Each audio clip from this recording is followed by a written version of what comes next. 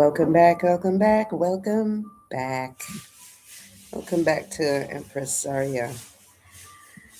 Live on Trenchtown Radio. If you're able to see me, if you're actually on the podcast on YouTube, you'll see that I have changed locations. So I'm hoping, as always, that I'm not muted like I was once before. It's a part of the journey into this unknown space. It's a part of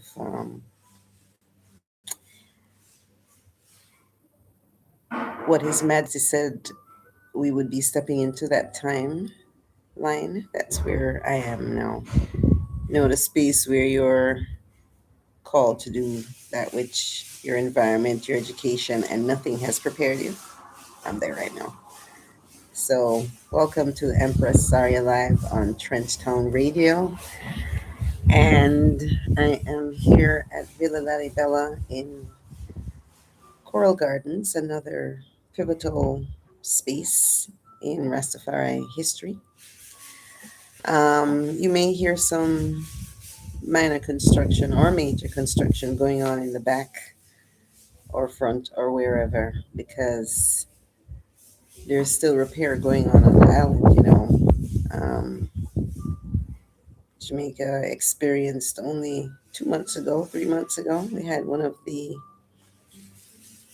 world's most strongest hurricanes hit the island, and so many of us are still in recovery mode. Villa LalliBella is no exception. It still has some roof work to get done and some other things. The culture yard where I am still has very limited Wi-Fi. There's power in some areas, water, but some areas do not. And a large majority of the island still is without water, without light, without food, communication, and all that. So the work is still continuing. Um, I wanted to keep that in the forefront of our minds as all the other things are unfolding in the world. Jamaica is still very much in recovery mode. And so I just wanted to just pre warn you if you hear any sort of things going on. But you're used to that where I am. I am in a construction zone over in Lilliput where the beach has been taken, the beach that we all had access to now. Um, the Hard Rock Cafe now has commandeered it as their own. So that struggle still continues here on the island. It's very much a battle that has been ongoing. It's one that I was alluding to when I read from His Imperial Majesty Haile Selassie's speech at the opening of the African Union, wherein he shared that sentiment that there would come this day when you're called to do and become that which your environment and education has ill prepared you.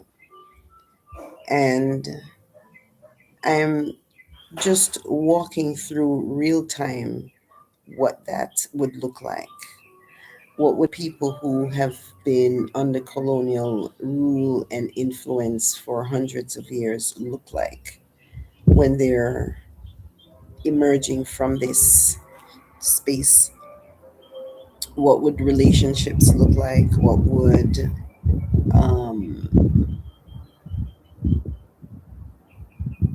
stepping into a space where you're learning and to navigate on the fly, right? Um, how much grace do we need to extend to each other while we're going through these choppy waters, places we don't know, making all these mistakes and trying to figure our way through? even when we're navigating with others, if you're rowing in the same direction, sometimes you might get thrown off a bit, you know. So, what does grace look like during this time when we're all learning to rehumanize ourselves after being dehumanized for so long? We don't even know how to behave. Um, but we do have examples that were sent so that when we came to these moments, we would have the example, sort of like a lifeline to start from, a baseline to say, this is where we're sort of balanced, and from there we can navigate. And so, as I explore the whole idea of Rastafari, I'm looking more closely at how Haile Selassie, the emperor of Ethiopia, how he navigated, how he moved his people from one phase of their existence to another. Another interesting civilization to study is the Chinese, who also had to navigate as well. So we're seeing what we're seeing happening with Donald Trump and all that is it's doing what it needs to do in this time. What we need to do is focus on what we need to be doing during this time as well, and how we, once you have been liberated, how do you manage that liberation, and how do you know what residual effects, or how the residual effects of colonialism has affected us as a people, how it has affected our relationships with ourselves, our creator, each other. We are in that space now where we're sovereign, we're free. So, how are we navigating that freedom? So, that's what I'm navigating right now in my exploration of Rastafari. And so, I was reading in my last broadcast a piece of this speech, part of the speech that His Majesty gave at the opening of the launching convention of the African Union. It is today called the African Union, but at the time it was not. So I just wanted to revisit this speech so that not just I, but I and I, you as well, can establish a place in history where a wise ruler was governing and he left little pieces of the puzzle for us to figure out how to reclaim and re-emerge to higher heights. Um, I'm going to start reading from one of the other paragraphs. I'm not going to go through too much of it, but just to give us a point of reference from which to establish ourselves. Right? So this is continuing from His Majesty's speech to the African Union in 1930 something. So he says, the obscurity which enshrouds the centuries which elapsed between those earliest days and the rediscovery of Africa are being gradually dispersed. What is certain is that during these long years, Africans were born, lived, and died. Men on other parts of this earth occupied themselves with their own concerns, and in their conceit proclaimed that the world began and ended at their horizons. All unknown to them, Africa developed in its own pattern, growing in its own life, and in the 19th century finally re emerged into the world's consciousness.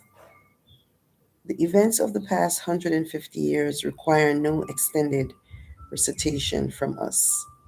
The period of colonialism into which we were plunged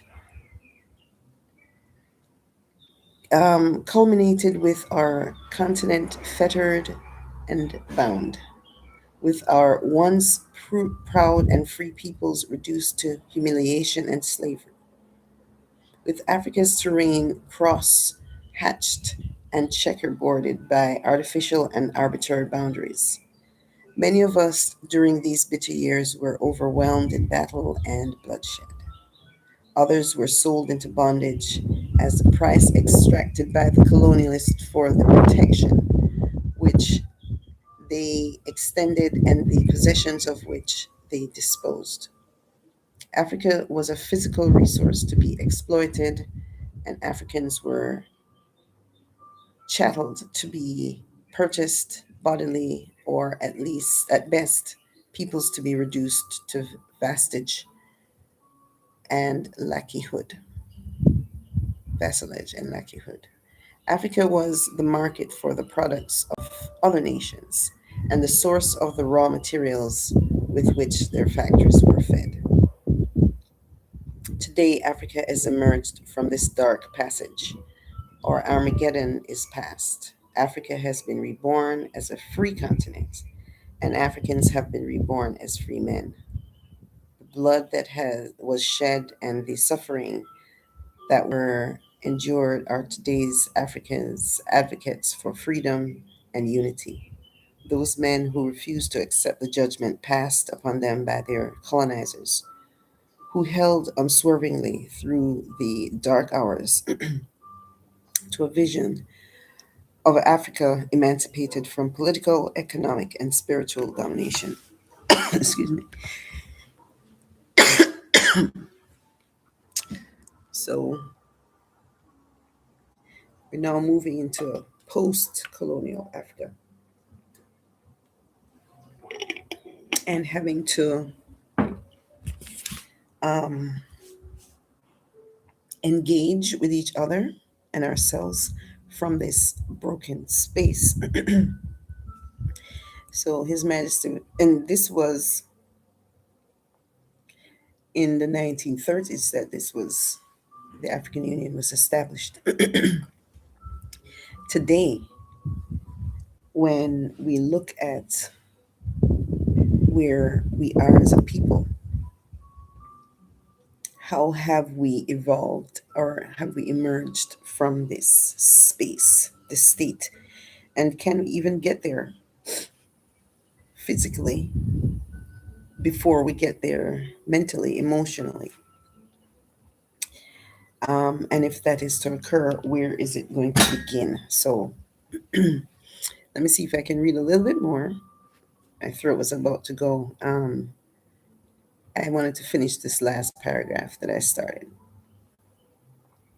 So those men who refused to accept the judgment passed upon them by the colonizers, who held unswervingly through the darkest hours to a vision of Africa emancipated from political, economic, and spiritual domination, will be remembered and revered wherever Africans meet.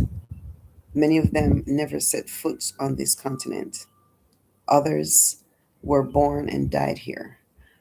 What we may utter today can add little to the heroic struggle of those who, by their example, have shown us how precious are freedom and human dignity, and how little value is life without them.